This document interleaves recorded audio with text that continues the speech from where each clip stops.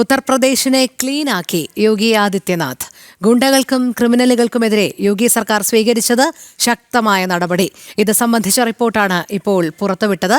2017 മുതൽ നടന്ന 14,973 ഏറ്റുമുട്ടലുകളിൽ 30,694 ക്രിമിനലുകൾ അറസ്റ്റിലായി.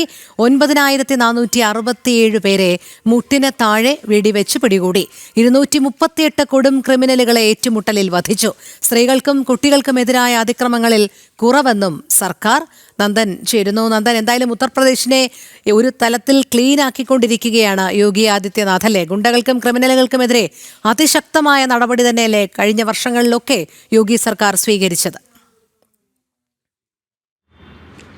രോഹിണി, 2017 വരെയുള്ള സാഹചര്യമല്ല ഉത്തർപ്രദേശിൽ ഇന്ന്. ഉത്തർപ്രദേശ് പാടെ മാറി എന്ന് വേണം പറയുവാൻ. 2017 മുമ്പ് ഉത്തർപ്രദേശിൽ ഗുണ്ടകളുടെയും അതേപോലെ തന്നെ പിടിച്ചുപറിക്കാരുടെയും ഒക്കെ തന്നെ വിളനിലമായിരുന്നു.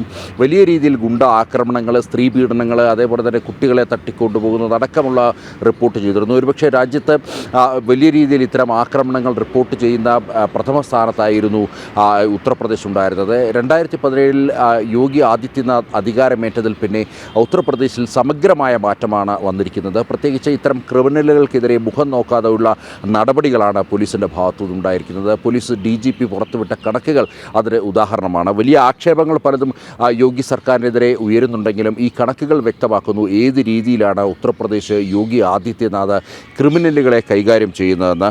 ഇതിൽ ഏറ്റവും 8 വർഷത്തിനുള്ളിൽ 238 പേരാണ് ഈ പോലീസിൻ്റെ എൻകൗണ്ടറിൽ കൊല്ലപ്പെട്ടത്. ഈ കൊല്ലപ്പെട്ടവരെല്ലാം തന്നെ കൊടും ക്രിമിനലുകളാണ് എന്നുള്ളതാണ് ഏറെ പ്രത്യേകത. 14,973 പോലീസ് ഏറ്റുമുട്ടലുകൾ നടന്നു എന്നുള്ളത് കണക്കുകൾ വ്യക്തമാക്കുന്നു. DGP രാജേഷ് കൃഷ്ണയാണ് ഈ കണക്കുകൾ പുറത്തുവിട്ടത്. അതേപോലെ തന്നെ 9,467 പേരെ പോലീസ് കാലിന് താഴെ മുട്ടിന് താഴെ വെടിവെച്ചു എന്നുള്ളതാണ് വ്യക്തമാക്കുന്നത്. 30,694 പേരെ ഗുണ്ടാ നിയമം പ്രകാരം അറസ്റ്റ് ചെയ്തു എന്നുള്ളത് കണക്കുകൾ വ്യക്തമാക്കുന്നു.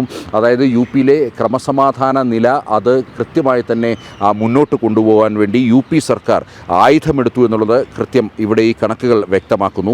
ഈ ഏറ്റവും കൂടുതൽ ഏറ്റുമുട്ടലുകൾ നടന്നത് പടിഞ്ഞാറൻ UP-യിലാണ് എന്നുള്ളതാണ് പോലീസ് വ്യക്തമാക്കുന്നത്. പ്രത്യേകിച്ച് മീററ്റ് മേഖലയിൽ മാത്രം ഏതാണ്ട് 7,969 പേരാണ് അറസ്റ്റ് ചെയ്യപ്പെട്ടത്. അതേപോലെ തന്നെ ഇവിടെ പോലീസ് ഏറ്റുമുട്ടലിൽ മീററ്റിൽ പരിക്കേറ്റവരുടെ എണ്ണം 2,911 അതേപോലെ തന്നെ മറ്റൊരു സ്ഥലം ആഗ്രയാണ്. ആഗ്രയിൽ 5,529 പേരും അതേപോലെ തന്നെ ബറേലിയിൽ 4,383 പേരും അറസ്റ്റ് ചെയ്യപ്പെട്ടു. അങ്ങനെ ഏതാണ്ട് വലിയ രീതിയിലുള്ള ഒരു ഏറ്റുമുട്ടലുകൾ ഈ മീററ്റ് ആഗ്ര മേഖലയിൽ നടന്നു. അവിടെയാണ് ഏറ്റവും കൂടുതൽ അറസ്റ്റ് ഉണ്ടായിട്ടുള്ളത് എന്നുള്ളതാണ്. ഒപ്പം തന്നെ വാരണാസി ഉൾപ്പെട്ട കിഴക്കൻ UP-യിലും വലിയ രീതിയിൽ അക്രമങ്ങൾ അടിച്ചൊതുക്കാൻ UP പോലീസിനായിട്ടുണ്ട്. 2029 ക്രിമിനലുകളെയാണ് ഈ കിഴക്കൻ UP വാരണാസി കേന്ദ്രീകരിച്ചുകൊണ്ട് അറസ്റ്റ് ചെയ്തിരിക്കുന്നത്.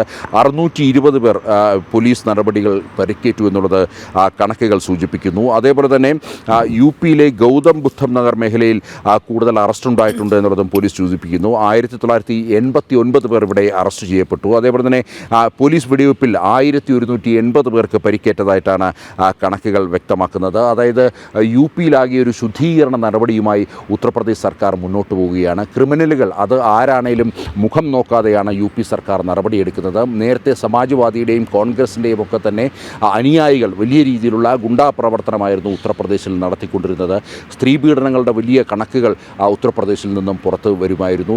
ഓരോ ദിവസവും അത്തരം വാർത്തകൾ കേട്ടുകൊണ്ടായിരുന്നു രാജ്യമുണ്ടിരുന്നത്. അതേപോലെ തന്നെ ഗുണ്ട ആക്രമണങ്ങളും തട്ടിക്കൊണ്ടുപോകലും അടക്കം വലിയ രീതിയിൽ അല്ലെങ്കിൽ രാജ്യത്ത് തന്നെ ഏറ്റവും കൂടുതൽ ഇത്തരം ആക്രമണങ്ങൾ ഉണ്ടായിരുന്ന ഒരു സംസ്ഥാനത്തെ നേർരേഖയിലേക്ക് അല്ലെങ്കിൽ ശരിയായ പാതയിലേക്ക് നയിക്കുന്നു എന്നുള്ളത് കണക്കുകൾ വ്യക്തമാക്കുന്നു. ഉത്തർപ്രദേശ് പോലീസ് അതിന് കൃത്യമായ നടപടികളുമായി മുന്നോട്ട് പോകുന്നു എന്നുള്ളതാണ് DGP പുറത്തുവിട്ട കണക്കുകൾ വ്യക്തമാക്കുന്നത്. രോഹിണി, ശരി. നന്ദഗോപനാണ് വിവരങ്ങൾ നൽകിയത്.